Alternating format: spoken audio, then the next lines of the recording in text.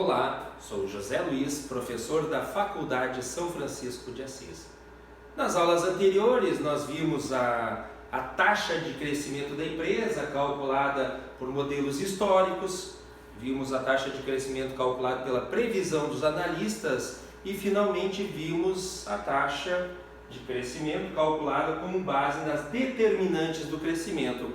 A nossa aula de hoje é um fechamento então sobre taxa de crescimento, onde nós vamos ver os aspectos gerais então das estimativas de taxa de crescimento. Nós vimos então que existem várias abordagens para estimar a taxa de crescimento. Dessa forma, o avaliador deverá utilizar todas as informações que estiverem disponíveis. Porém, existem duas questões relevantes que dizem respeito a esse assunto. A primeira diz respeito à ponderação das taxas de crescimento obtida por diversos métodos. Então, ora, se existem diversos métodos e eu devo considerar todas as informações existentes, então a primeira questão é: devo ponderar esses diversos métodos? A segunda diz respeito à redução no crescimento futuro para empresas que apresentem lucros voláteis no passado. E vamos iniciar então pela ponderação das diferentes estimativas de crescimento.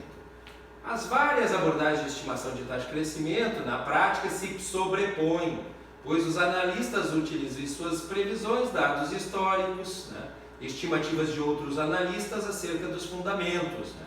Então, observem, os analistas utilizam dados históricos, já relacionou com a taxa de crescimento com base em dados históricos. Também utilizam dos fundamentos, já relacionou com as determinantes da taxa de crescimento. A exemplo de margem de lucro, estimativas de venda, etc. Da mesma forma que dados históricos são utilizados em modelos fundamentais de crescimento. Todavia, esse fato não implica em que as abordagens tenham valores similares. Pelo contrário, geralmente produzem resultados diversos, devendo então o analista decidir sobre qual utilizar ou ainda uma combinação delas. Assim, não existem motivos que justifiquem a utilização isolada de um único modelo. Deve-se utilizar toda a informação disponível no momento da avaliação. Dessa forma, uma média ponderada das diversas abordagens, com peso baseado no grau informativo de cada uma delas, pode fornecer uma estimativa melhor do que qualquer uma delas individualmente. Uma forma de se obter esses pesos é através do cálculo do erro padrão de cada abordagem. Ou seja, quanto maior for esse erro padrão, menor será o peso atribuído a essa abordagem. Para mensurar esse erro padrão, nos modelos históricos nós utilizaremos como proxy o erro padrão da série cronológica. Para a previsão dos analistas, o erro padrão será determinado pela extensão dos desacordos entre eles, medidos pelo desvio padrão de suas estimativas. E, finalmente, para os modelos fundamentais, o erro é dado pelo erro padrão dos dados do modelo. Vamos então aqui supor que a previsão dos analistas e os lucros por ação para os próximos 4 anos é o seguinte, mesmo que a gente já usou em aulas passadas. Em X2, lucro por ação de 50, em X3, 0,54, X4, 0,45, X5, 0,55, em X6, 0,57. E as taxas de crescimento, então, 0,54 para 0,58% de crescimento, 0,54 para 0,45 dá 16,67 de redução, e assim sucessivamente. Em relação, então, aqui com base em dados históricos. Já as estimativas dos analistas, o primeiro analista estima que a empresa vai crescer 4%, o segundo que vai crescer 6,1%, o terceiro 5,5%, o quarto analista que vai crescer 3,5%, o quinto analista que vai crescer 5,8% e o sexto analista que a empresa vai crescer 7,3%. Vamos fazer aqui a média aritmética. Então, vou pegar todas as taxas de crescimento histórico, somar e dividir por 4, enquanto 4 e 29.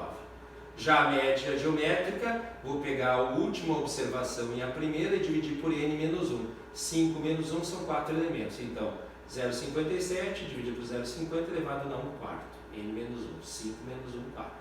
menos 1 dá 13,33%. Né? Já o consenso das previsões, somando e dividindo por 6 analistas, aqui as médias encontram 5,36%. Com um desvio padrão deu 1,28%. Já o desvio padrão aqui, em relação às taxas históricas de crescimento, a média foi 5,29 com um desvio padrão de 13,91. Uma variação, um desvio padrão então muito maior do que o desvio padrão dos analistas. Então seria com base nesse desvio padrão que a gente ia dar o peso. Portanto, o consenso das previsões dos analistas, como tem um desvio padrão menor, teria um maior peso do que os dados históricos, cujo desvio padrão é maior.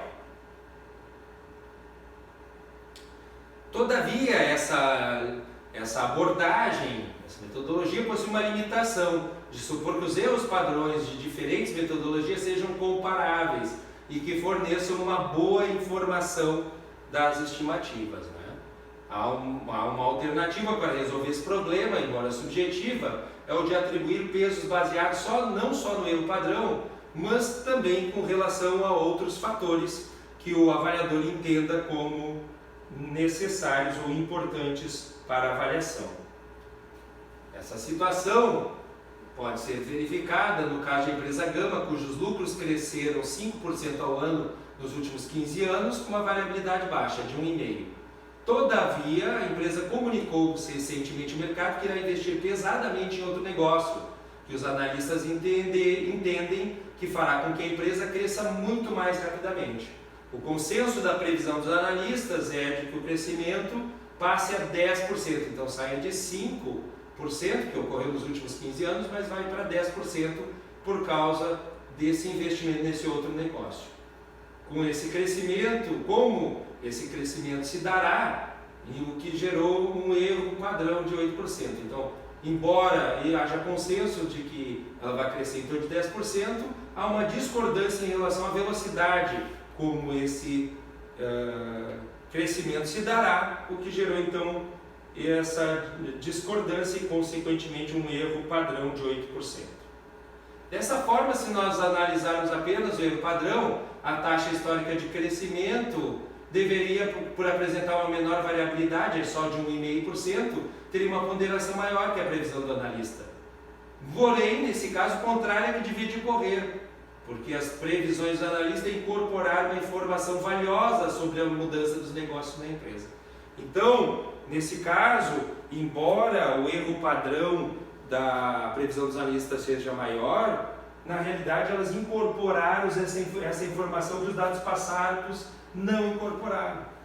Então, se a gente utilizar só a abordagem do erro padrão, nós vamos tomar uma decisão errada com relação à taxa a ser utilizada no nosso modelo. Dessa forma, não podemos seguir cegamente o erro padrão, porque ele possui essa limitação. Obrigado a todos e até a nossa próxima aula.